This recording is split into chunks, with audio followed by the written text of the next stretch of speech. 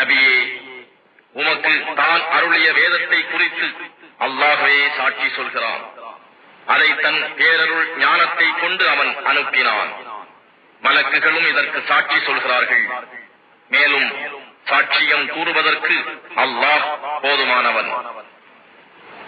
நபியே, உம்மையும் இவ்வேதத்தையும் நிராகரித்து அல்லாஹ்வின் பாதையில் இருந்து மனிதர்களை தடுத்துக் கொண்டு இருக்கிறார்களே, நிச்சயமாக அவர்கள் வழிகேட்டில் வெகு தூரம் வழிகிட்டு சென்று விட்டார்கள்.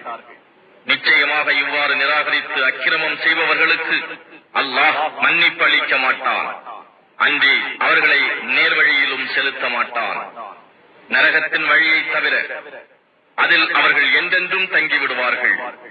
இது அல்லாஹ்வுக்கு மிகவும் சுலபமான காரியமாகும்.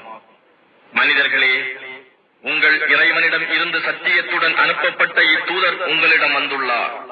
அவர் மீது ஈமான் கொள்ளுங்கள், இது உங்களுக்கு நன்மையாகும்.